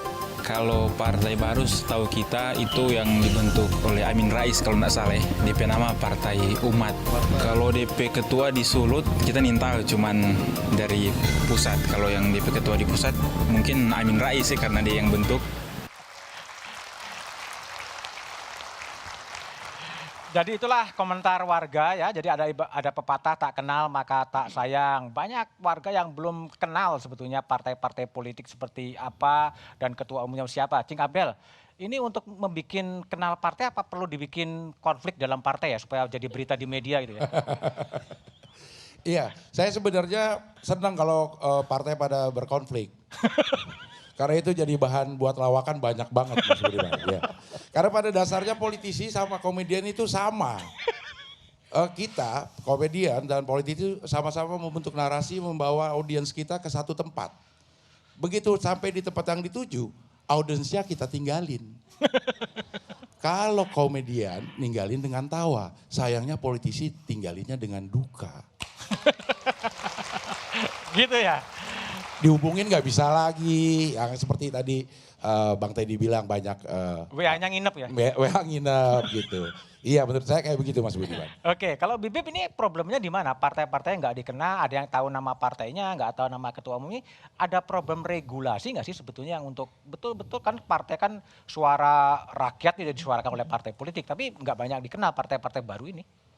Ya karena memang undang-undang partai politik kita itu lebih fokus pada hal-hal yang sifatnya administratif. Makanya saya kira semua partai baru di sini merasakan deh pasti barrier to entry-nya hambatan untuk memasuki wilayah politik formalnya susah karena yang diatur dalam undang-undang partai politik itu lebih soal berapa DPC-nya dan seterusnya. Padahal harusnya partai politik itu kita paksa sedikit kalau menurut saya ya. Dipaksa sedikit untuk punya aturan main yang lebih demokratis secara internal dan melakukan pendidikan politik. Jadi nggak cuma mendatangi calon pemilih menjelang pemilu seperti ini, tapi dalam 5 tahun itu diajak dialog, didengar aspirasinya. Ini kan yang jarang dilakukan oleh partai politik kita. Jarang dilakukan oleh partai politik. Kita coba tanya, Bung Rido, tadi dikenal Partai Umat gitu, tapi yang dikenal Pak Amin Rais gitu. Bukan belum menjadi ketua umumnya. Gimana Anda strateginya nih kemudian? Ya pertama memang ini tantangan di era digitalisasi. Jadi ada seliweran data setiap hari 2,5 kuintillion, sekian banyak data. Jadi bagaimana kita menyampaikan informasi ini suatu tantangan yang cukup berat. Tapi ini terus kita lakukan ya melalui serangan udara istilahnya juga melalui sosmed dan segala macam, juga melalui atribut-atribut. Jadi ini memang betul tadi Partai Umat. Ini tahun ketiga ini kita memang banyak fokus ke hal-hal sifatnya administratif, pendaftaran badan hukum, pendaftaran pemilu dan lain sebagainya itu makan waktu yang effort cukup banyak. Jadi memang sekarang kita sudah tutup dengan pencalekan, maka selanjutnya adalah kita bagaimana meningkatkan popularitas. Oke, baik, Bung Said. Tadi kan ada komentar juga tadi, Partai Buruh ini pernah muncul timbul tenggelam gitu kan. Bahkan ketuanya pun nggak dikenal. Kenapa Partai Buruh timbul tenggelam ini? Ya karena ada persyaratan untuk peserta pemilu itu kan, parliamentary threshold. Makanya kami juga menggugat. Demokrasi terpimpin, presidensial threshold, parliamentary threshold, cipta kerja, undang kesehatan itu harus dihapus. Itu dulu supaya kesinambungan partai politik kayak Lula. Tahun pertama di Brazil, sekarang presiden Brazil, Partidos dos Trabalhadores, pertama dia kalah kok. Macron juga kalah pertama, kalau dia nggak ada presidensial threshold, nggak ada parliamentary threshold, maka dia punya peluang untuk menyampaikan gagasan. Di situ ya, presidensial threshold. Yang kedua, Partai Buruh nggak takut. Partai Buruh bukan tentang kepemimpinan satu orang figur, dia kolektivitas presidium. Kenapa? Karena ada 4 unik di Partai Buruh. Satu, segmented issue. Kita ngomong, kamu mau pilih partai nggak? Upahmu naik, outsourcing nggak ada. Tanah yang dirampas kita kembalikan, land reform, perahu kita kembalikan, kan enak. Yang kedua, dia captive market. Anggota kami saja 11 afiliasi inisiator itu 10 juta orang. Kami ingin mengambil 4,8 juta, itu Pareto diagram kan 20%. Udah pasti masuk. Yang ketiga, dia adalah daily working party tadi yang dibilang Mbak Bivitri. Kami bekerja, orang tahu kok. Serikat Buruh KPBI, KSPSI, KSPI, dia bekerja terus. PHK, siapa yang ngebela? Kalau kamu pesangon, siapa yang ngebela? Makanya kami akan main di segmented captive market itu. Nah, baru yang pekerja dan buruh beriur. Kami bukan partai cukong, bukan Oke. partai dinasti, nggak ada kami tunduk sama siapapun. Karena kami mengiur diri kami sendiri dan di Serikat Buruh itu udah terbiasa. Oke, Makanya baik, kita baik. akan kedepankan. Ya, Mas Anas, tadi kalau dari survei, bukan survei lah, omongan acak di warga, PKN belum banyak disebut loh. Betul. Itu gimana mau PKN lolos ke Senayan? PKN itu di antara berdelapan di sini yang memang paling bontot. Paling bontot? Paling muda. Baru kira-kira setahun. Nah, saya kira-kira baru sebulan lebih lah ya. Tapi ada waktu kira-kira 6 bulan ke depan ini untuk nomor 1, sosialisasi PKN sekaligus caleg-calegnya bekerja di dapilnya masing-masing. Tentu dengan cara konvensional dan non-konvensional. Kami punya cara kerja atau strategi pemenangan yang mempertimbangkan keadaan-keadaan baru yang kami yakin itu akan bisa tembus ke rumah-rumah bahkan kamar-kamar pemilih. Dan disitulah tawaran-tawaran PKN yang berbeda dengan partai-partai yang lama, kami yakini akan menjadi pilihan alternatif bagi pemilih, terutama pemilih-pemilih baru ya, yang zilenial. Ya, pemilih kurang lebih 40 tahun target marketnya di situ. bawah, terutama ya, terutama. Karena di pemilih-pemilih baru ini percakapan-percakapan yang menjangkau ke depan, pikiran-pikiran yang progresif ke depan itu akan lebih mudah diterima. Bukan berarti kami meninggalkan segmen pemilih yang lama yang sudah berpengalaman dalam pemilu. Tetapi biasanya pemilih-pemilih lama memang punya memori politik yang relatif melekat dengan partai-partai lama. Itu juga tetap menjadi sasaran kerja dari kerja-kerja politik partai maupun para caleg. Tetapi kami tahu ada segmen yang kami perhitungkan bisa untuk lebih menerima gagasan-gagasan baru tentang Indonesia yang bukan hanya maju demokrasi politiknya, tapi juga harus maju demokrasi sosialnya, maju demokrasi ekonominya. Di situ ada kesetaraan. Karena Indonesia yang Nusantara itu harus dibangun dengan kesetaraan. Atas nama apapun, sukunya, agamanya, asal daerahnya, apapun itu harus berposisi setara di hadapan negara, di hadapan pemerintah, hak-haknya harus dijamin sama. Tidak boleh ada yang dipinggirkan. Tidak boleh ada yang dipinggirkan. Prof Yusril, tadi kan PBB kan pernah berada di Senayan, ya, kemudian terlempar keluar, gitu kan. Nah, sekarang apa yang akan dilakukan oleh agar bisa kembali ke Senayan? Tadi kalau lihat wawancara secara acak, terlalu banyak atau malah belum ada yang menyebutkan PBB sebagai partai baru yang kemudian ikut lagi. Strateginya gimana, Pak? Ya, memang dia bukan partai baru. Ya, PBB itu ikut pemilu sejak 1999 sampai sekarang. Dan infrastruktur partai itu lengkap dari atas sampai ke bawah. Yang kami lakukan sekarang ini sebenarnya melakukan konsolidasi internal dan kemudian juga perluasan keanggotaan. Sehingga kemarin pada waktu dilakukan verifikasi partai politik tidak menghadapi hambatan apapun.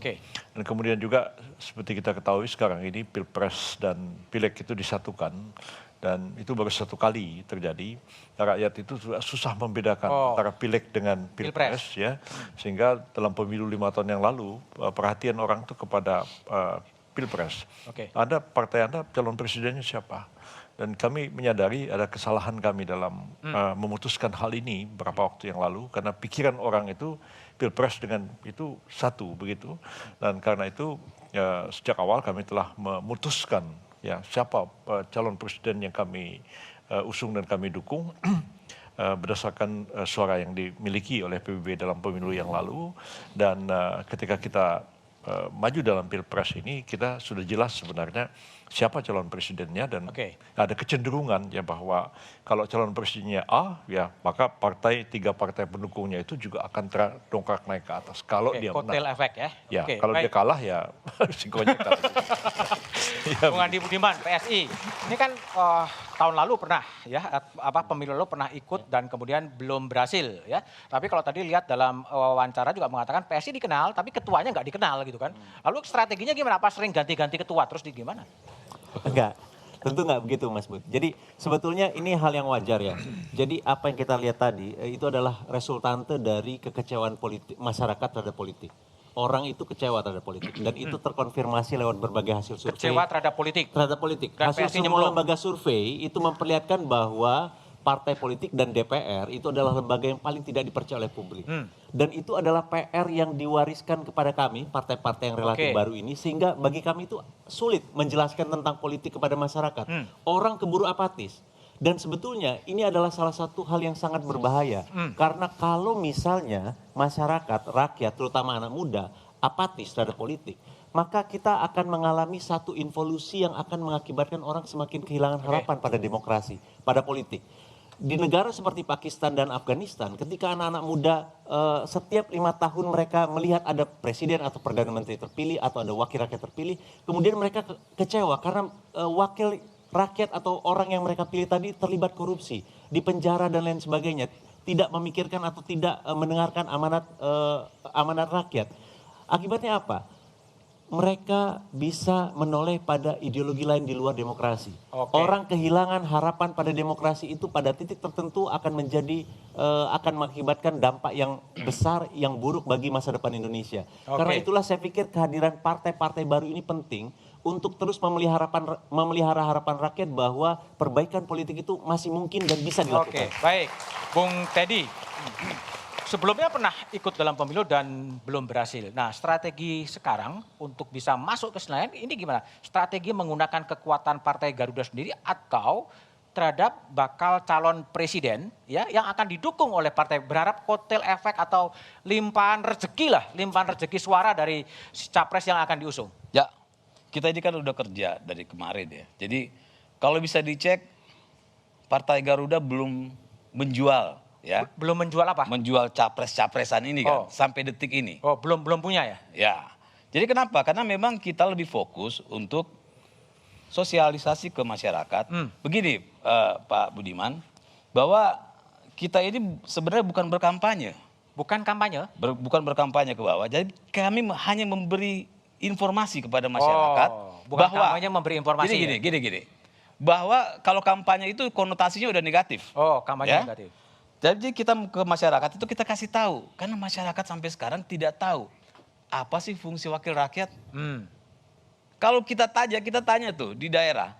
Mereka pikir apa ya, rata-rata enggak ini. Tapi mereka sudah negatif terhadap caleg. Itu fakta ya. Bahwa kami pun merasakan hal itu. Ketika datang caleg, ketika kami belum di partai ya, jabat-jabat dulu. Itu kita udah menganggap, ini nanti omong kosong, setelah itu selesai gitu kan. Nah jadi kita harus menyampaikan kepada masyarakat selama ini bahwa ini loh tugas wakil rakyat, ini loh. Menjelaskan fungsi tugas wakil rakyat. Dari situ itu bagian dari janji Pak Budiman. Sehingga yang tadi saya sampaikan bahwa ketika mereka akhirnya masyarakat mengetahui, ternyata selama ini banyak caleg yang sebenarnya menyampaikan janji itu malah sebenarnya janji kepala daerah. Ini banyak terjadi. Benar, jadi sampai akhirnya ketika si caleg itu sudah dipilih dia bingung. Janji gua ini kan janji bukan bupati, kewenangan gua. Gitu. Nah kita ya Garuda itu meluruskan itu. Baik, meluruskan. Ke masyarakat. Kita meluruskan ke masyarakat. Di mana ketika nanti wakil kami ya dipilih, makanya saya bilang bahwa strategi kami, bukan strategi, bagian dari cara kami untuk meyakinkan masyarakat, jangan sampai masyarakat sakit hati lagi seperti kami. Kalau nggak benar, setiap caleg kita ketika turun memberikan nomor handphone dan alamat email. Kenapa? Ketika nanti ya tapi nomor handphone diangkat kalau ditelepon kan? Tetap harus, karena kalau nggak diangkat kita kalau sampai masyarakat ya ketika melaporkan ke anggota wakil rakyat kita, Ketika dia tidak membalas selama 2 minggu, ini udah sistem kita. 2 minggu? Oh lama banget. Paling kan, tunggu Mas. Minimal 2 minggu, karena kan banyak nih yang masuk ya. Minimal 2 minggu. Jangan lupa nanti. Tunggu dulu. Minimal 2 minggu, mereka bisa melaporkan ke kami. Oke, baik. Gitu. Mas Heri, Perindo. Ini Perindo ini kan belum ada memunculkan, tapi sudah memunculkan Mas Ganjar Pranowo, udah merapat ke PDIP. Ini strategi Perindo untuk mendapatkan kotel efek dari Mas Ganjar Pranowo? Iya. Salah satu ada banyak variabel, Mas. Ada banyak variabel. Kita tahu, misal ya, kita belajar dari 2019, kita membuka partai ini, memberikan peluang kepada semua tokoh-tokoh aktivis untuk bergabung. Contoh misalnya, sekarang ada tokoh religius, mantan kepala daerah, Tuan Guru Bajang, Muhammad Zainul Majdi yang syuknya malam ini hadir, tapi karena gangguan kesehatan. Oh, jadi cawapres ya? Iya, kalau ada peluang kenapa tidak? Oh, jadi Perindo mengusulkan cawapresnya Tuan Guru Bajang? Kita selalu mengusulkan orang yang kader kita terbaik untuk diajukan. Kalau memang itu ada peluang, kenapa Dan tidak? Dan peluangnya TGB? Iya, tetap ada peluang itu kan. Bukan Pak Haritano? Selama belum ada janur kuning melengkung, maka peluang itu akan selalu ada. Termasuk pindah koalisi? Koalisi saya kira sudah sangat mantap. Sangat mantap? Sangat mantap. Nggak akan ada perubahan apapun ya? Kita sudah menandatangani kontrak politik. Kontrak harus ditaati? Harus, karena komitmen politik itu kan juga bicara tentang komitmen. Oke. Politik itu tidak kemudian hari ini berubah, lalu kemudian besok berubah. Bagian daripada ikhtiar politik itu adalah bagaimana kita, ketika kita menentukan pilihan, maka pilihan itu harus kita tegak luruskan. Oke. Bung Abdel, kelihatannya Anda senyum-senyum tadi ya, membicarakan statement atau janji-janji dari para politisi. Apa sih Anda ada mau sampaikan, dan pikirkan sampai kerut-kerut gitu? Saya agak sedih sebenarnya. Sedih? Iya, karena saya nggak ngerti ngomong apa. Enggak, maksudnya ini PR dari Partai Non Senayan itu adalah menaikkan popularitasnya dulu untuk supaya dikenal oleh masyarakat. Misi, visi, segala sesuatu yang disampaikan itu hampir sama semua gitu. Mungkin harus ada terobosan dari partai-partai baru untuk membuat gimmick-gimmick yang lebih bisa diterima sama masyarakat sekarang gitu. Kalau dibilang bahwa kita tidak mau membedakan masyarakat, akan memajukan ini, memajukan itu, kayaknya hampir semua partai sama. Sehingga dia bingung ini partai yang mana, sama aja mendingan yang dulu, yang udah pasti. Jadi mungkin harus ada gimmick-gimmick yang lebih out of the box gitu, supaya paling tidak masyarakat kenal dulu. Masyarakat kenal dulu. Gimmick out of the box itu apa? Konflik tadi ya? Nah, salah satunya itu. Iya, konflik tuh. Political advice dari Adel ya, konflik. Bib, ada komentar terhadap statement-statement dari bapak-bapak yang ada di sini? Iya, saya serupa sih. Dari tadi saya berusaha untuk dapat sesuatu yang baru dari 8 partai baru ini. Tapi kelihatannya ya benar-benar tidak ada gagasan baru yang bisa membuat kita jadi kenal dengan partai itu dan memilih calegnya. Jadi kayaknya PR-nya nih masih banyak sekali, Mas Budiman. Jadi gagasan ya. Jadi ini memang sebuah pertanyaan ya, gagasan-gagasan yang mau dibawa oleh partai-partai politik ya. Nanti jawabannya setelah jeda berikut ini.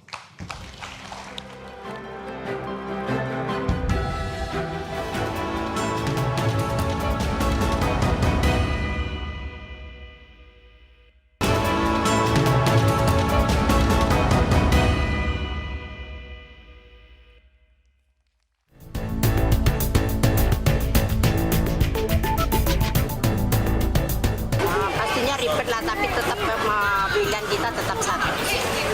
Kenapa ribet? Ya karena banyak pilihan itu. Nggak ada urusan dengan banyaknya partai politik apa enggak. Karena pilihan itu kalau kami ini supir angkot nih bang, siapa yang pro dengan kami, itu yang kami pilih. Siapa yang selalu melihat kami ke terminal ini, yang datang ke sini, itu yang kami pilih. Nggak ribet. Kalau menurut beta pribadi semakin banyak semakin ribet, semakin banyak semakin bikin pusing. Ya kalau bagusnya tuh jangan terlalu banyak, supaya ketum punya satu, ketum jadikan pilihan itu untuk satu saja, supaya ketum tahu dan ketum yakin dia bisa bawa ketum maju sampai ke atas.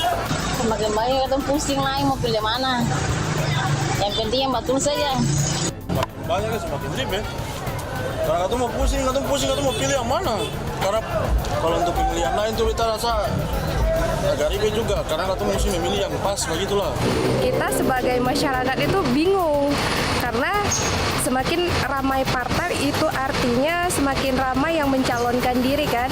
Kalau tentunya kita tahu ya dari 18 partai politik ini pasti memiliki persaingan yang ketat antara partai politik satu dengan partai politik lainnya, dan itu juga berdampak pada caleg-caleg nanti yang terlibat dalam partai politik. Kalau dibilang mau ribet atau enggak ya itu kembali tergantung lagi ya dengan partai politik masing-masing.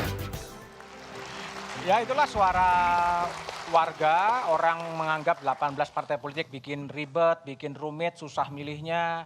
Mau milih kalau Katong datang ke terminal itu yang saya pilih. Prof Yusril, jadi PBB gimana? Lihat tadi warga kan ribet, makin banyak partai politik ribet. Dan strategi PBB untuk lolos ke Senayan gimana Prof? Sebenarnya justru partai politik itu untuk mengatasi keributan itu. Oh, mengatasi keributan. Karena kan aliran pikiran di tengah masyarakat itu kan beragam-ragam. Karena itu dicoba yang sepaham itu berkumpul di sini, partai A, partai B dan seterusnya begitu. Dan partai itu kan menawarkan program-program apa yang harus mereka kerjakan nanti apabila mereka sudah duduk di DPR, di pemerintahan dan sebagainya. Dan dipikirkan oleh PBB itu sebenarnya ingin merombak secara total sebenarnya sistem bernegara kita ini. Dan PBB itu akan mengusulkan kembali untuk perubahan Undang-Undang Dasar 45 kita ya. Untuk mengganti demokrasi yang karikatur seperti sekarang ini pada demokrasi yang sejati. Yang kedua juga sebenarnya kita ingin membenahi sistem hukum kita. Oleh karena sekian lama kita merdeka ini. Dan termasuk pada pemerintahan Pak Jokowi sekarang ya, walaupun dipuji orang, dianggap orang banyak melakukan terobosan-terobosan, tapi yang paling lemah dari pemerintahan Pak Jokowi itu adalah aspek hukumnya. Aspek hukum. Ya, dan saya kira kalau hukum kita tidak benahi ya, sulit untuk kita bergerak menjadi negara maju, sulit pada investasi datang ke sini dan seterusnya. Oke, baik, Presiden. Bung Teddy, kalau tadi PBB menawarkan adalah amandemen kembali konstitusi dan pembenahan sistem hukum, suara warga mengatakan kebanyakan parpol bikin ribet. Garuda menawarkan apa? Ya, jadi kalau Partai Garuda tetap sama ya dengan yang saya sampaikan tadi bahwa kita itu back to basic. Back to basic? Back to basic artinya bahwa kebanyakan ya caleg-caleg ini menawarkan mimpi-mimpi yang tidak bisa mereka lakukan. Kalau Garuda? Kami basic aja bahwa fungsi dari wakil rakyat itu apa? Yang masyarakat tidak ketahui. Dan itu adalah bagian dari janji yang nanti ketika... Itu pendekatan civic ya? Ya? Pendidikan kewarganegaraan gitu?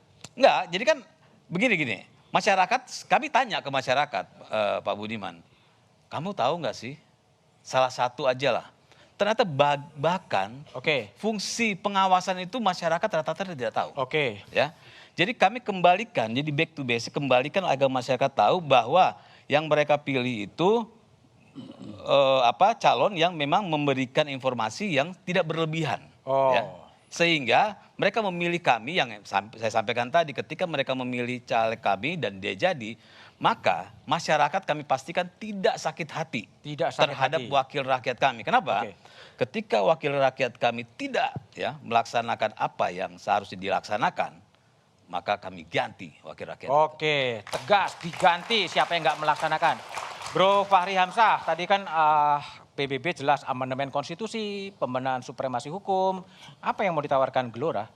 Tadinya saya mau jadi pengamat aja. Tapi begini, saya mau menantang Kompas dan juga UI mungkin, Mbak Bibip, untuk menyelenggarakan satu forum debat yang lebih serius.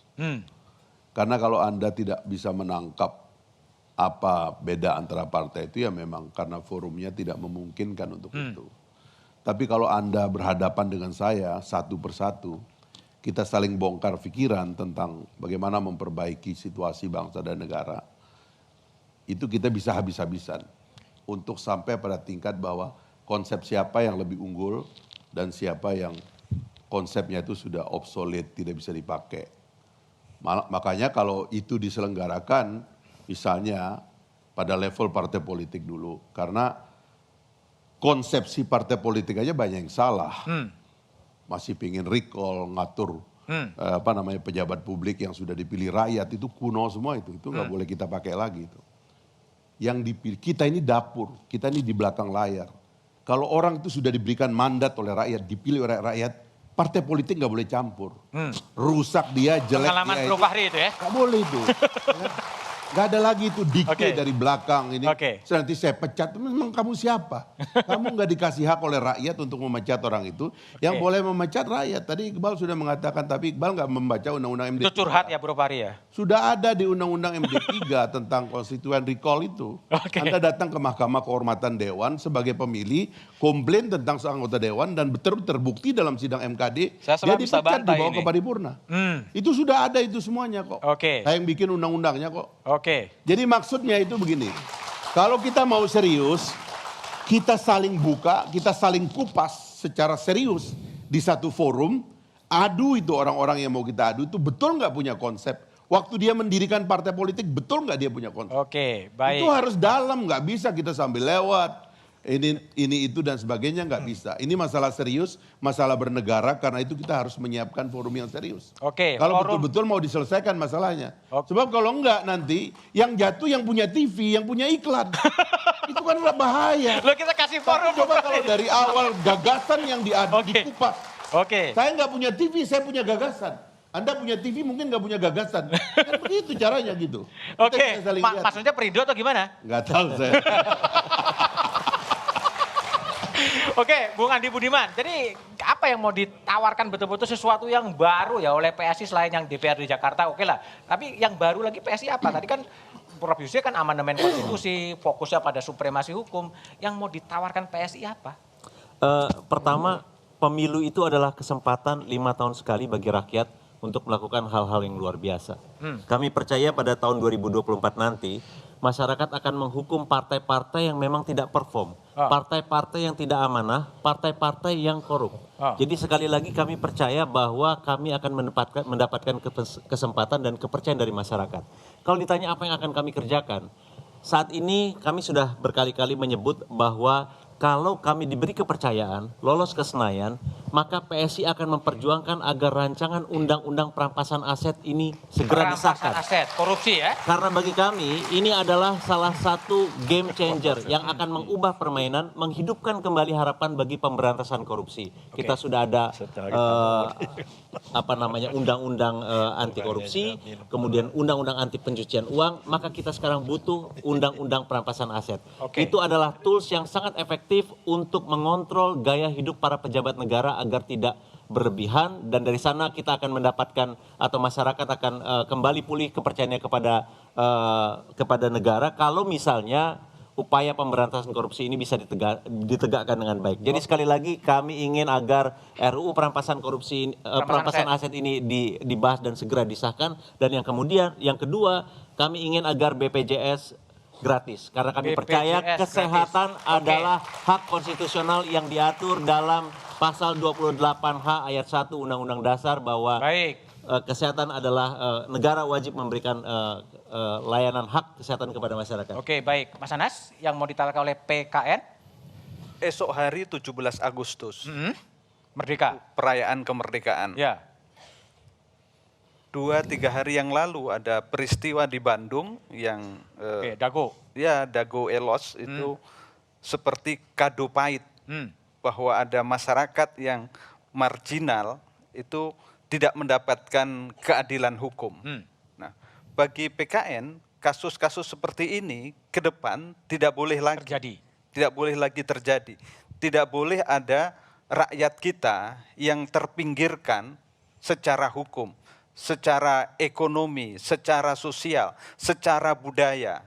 Makanya yang paling penting buat PKN adalah semangat kenusantaraan itu adalah kesetaraan. Semuanya harus setara. Tidak boleh ada anak tiri, anak kandung. Tidak boleh ada daerah yang majunya luar biasa, ada yang tertinggal. Tidak boleh ada masyarakat kita yang sudah tanda petik bisa pergi ke bulan, tetapi ada sebagian yang masih dalam tradisi yang sangat tertinggal misalnya. Keadaan-keadaan seperti itu harus dikoreksi dengan serius, dengan kebijakan-kebijakan yang mendasar secara politik dan terutama secara ekonomi. Isu keadilan ekonomi saya ingin menyebut misalnya rasio Gini kita itu harus jadi jadi perhatian sangat penting. Jangan sampai demokrasi kita maju, tetapi demokrasi politik maju, demokrasi sosial tidak maju, percakapan-percakapan warga tidak sehat, dan kemudian ada ketidakadilan ekonomi, ada ketimpangan yang tidak dikoreksi dengan sungguh-sungguh. Oke. Ya kan, pengangguran kita turun, betul. Kemiskinan kita turun, tetapi sisi ketidakadilan, ketimpangan itu harus jadi perhatian yang sangat penting. Baik. Mas Heri, Iya, jadi Perindo apa yang mau ditawarkan? Bagi Perindo tidak lagi menawarkan sesuatu, kami sudah berjalan. Sudah berjalan? Sudah berjalan. Belum di parlemen juga padahal? Misal, 8 tahun kami program-program pendampingan UKM dengan program gerobak, pemberian bantuan stimuli pada pengusaha kecil dan menengah itu sudah berjalan. Pendampingan terhadap sudah berjalan, kaum marginal, pendampingan hukum itu juga berjalan. Artinya apa? 8 tahun Partai Perindo menghasilkan 408 anggota DPRD Provinsi Kabupaten Kota. Alhamdulillah semua berjalan dengan baik sampai hari ini. Nah, harus diingat juga bahwa Partai Perindo adalah partai yang memang belum lolos ke parlemen pada 2019, tapi partai yang memiliki kursi terbanyak di partai non-parlemen. Jadi kita tidak lagi bicara bahwa apa yang akan dilakukan. Kita melakukan apa yang sudah ada, dilakukan. lalu kemudian kita memperkuat, memperluas. Apa yang disampaikan oleh masyarakat tadi, itu adalah bagian dari kami harus lebih masif lagi turun ke masyarakat untuk memperkenalkan atau menjelaskan kepada masyarakat ini yang sudah dilakukan Perindo, dan masyarakat ayo bersama-sama untuk mendapatkan manfaat dari Partai Perindo. Baik, Bung Ridho, jadi Partai Umat apa persisnya akan ditawarkan kepada masyarakat pemilih itu sendiri? Ya, baik. Jadi selain yang sifatnya proyeksi, artinya kalau kita terpilih insya Allah, ya, itu kita sudah menginisiasi 2 platform digital. Jadi kita konsennya adalah bidang ekonomi dan pendidikan. Dalam bidang ekonomi, khususnya ekonomi digital, kita tahu 2021 itu nilai belanja online sampai 400 triliun lebih. Tapi sayangnya 90% produk yang beredar itu adalah produk asing. Jadi kita hanya jadi rest area untuk ratusan triliun tersebut, kemudian pergi ke luar negeri. Jadi kita sudah menginisiasi namanya Pasar Umat, sebuah platform belanja digital online. Sekarang masa development, dan insya Allah bedanya apa? Secara teknologi mungkin tidak ada yang beda, ya. Tapi insya Allah milik anak bangsa, dan di sini kita balik 90% adalah produk dalam negeri. Ya. Itu yang pertama. Jadi ekonomi digital. Ekonomi digital kan? Kedua, kemudian adalah pendidikan. Pendidikan. Ya, kita khususnya pendidikan tinggi. Kita tahu bahwa dari 126,5 juta penduduk Indonesia, artinya di atas 15 tahun, itu yang bisa kuliah saat ini hanya 9,7%. Artinya 114 juta itu belum kuliah karena masalah ekonomi. Jadi kita menginisiasi namanya Simpul Ilmu, sebuah platform digital sekali lagi untuk belajar online. Jadi itu semuanya virtual digital ya? Ya, nanti siapa dosen yang ingin mengajar tanpa dibayar, sukarela, kemudian siapa nanti calon mahasiswa ingin kuliah yang tidak bisa bayar. Jadi itu tempat bertemunya mereka, insya Allah. Oke, baik, itu adalah Partai Umat. Bung Said, Partai Buruh, spesifik selain tadi Omnibus dan lain sebagainya, apa yang mau ditawarkan? Partai Buruh adalah partai kelas, working class party. Karena itu ingin mewujudkan welfare state, negara kesejahteraan. Negara kesejahteraan. Ada 3 prinsip yang akan Pajaknya dibawa. mahal loh. Ada 3 prinsip yang akan dibawa. 1, kesetaraan kesempatan. Kau boleh kaya, tapi jangan miskinkan kami. Kau boleh berobat di luar negeri, tapi kalau kami berobat, gratis. Yang kedua adalah redistribusi kekayaan yang adil dan merata. Apa? Pro subsidi, anti impor, dan pro jaminan sosial. 5 jaminan sosial yang akan kami perjuangkan dalam 5 tahun ke depan. 1, jaminan makan. Haram hukumnya orang kelaparan di negeri yang kaya. Dalam bentuk nanti diberikan 500.000 sampai 1 juta rupiah per bulan seumur hidup. Dengan 500.000 rupiah kali 30 juta orang miskin menurut BPS kira-kira ada 15 triliun. Kali 12 berarti 180 triliun. Kita ambil dari APBN, melalui cukai rokok aja udah dapat. Apa susahnya kita memberi makan orang yang kelaparan? Anggaran ya? Anggaran. Yang kedua adalah jaminan pendidikan. Yang ketiga jaminan perumahan. Dulu PNS, TNI, Polri, buruh swasta dan orang tidak mampu, kalau dia pensiun pasti punya rumah.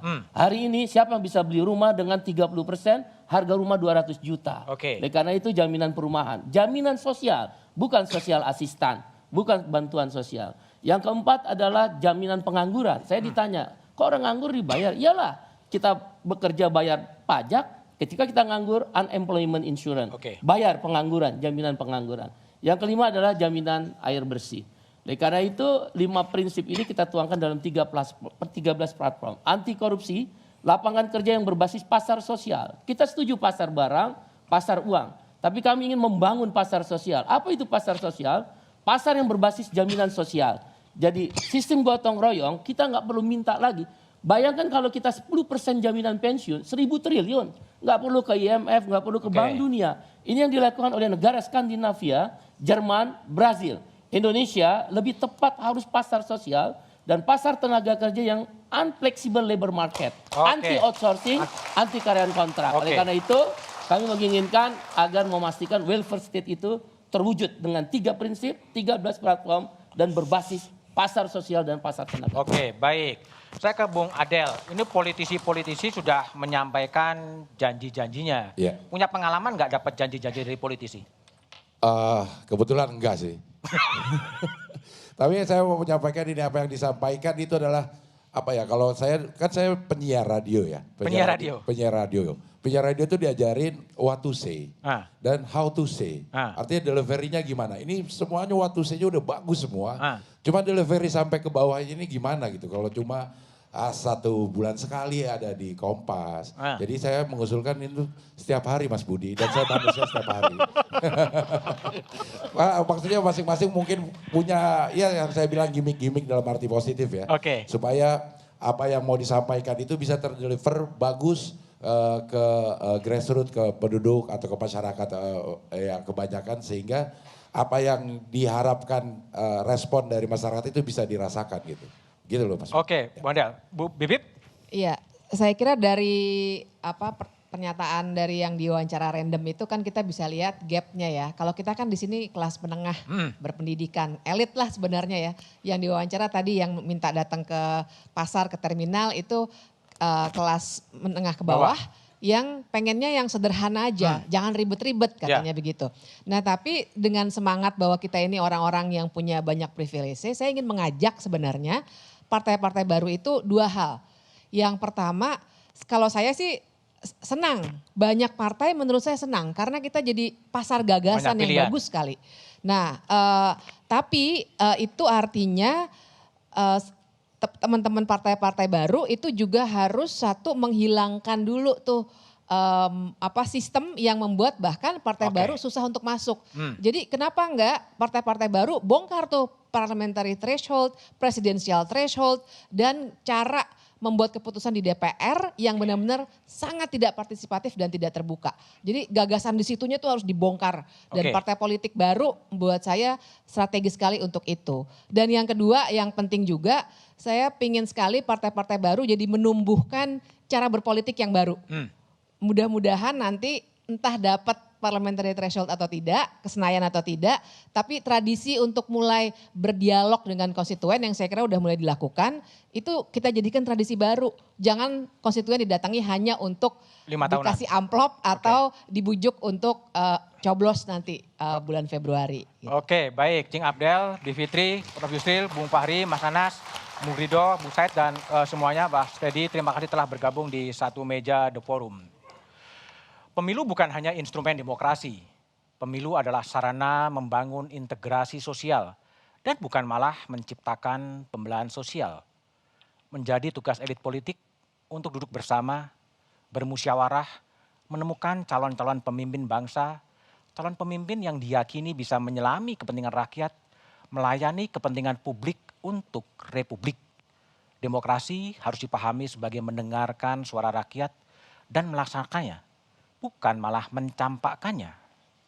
Bangsa ini membutuhkan teladan dan keteladanan, karena kekuasaan akan lebih bermakna jika ada dimensi pengabdian kepada si empunya kedaulatan rakyat itu sendiri.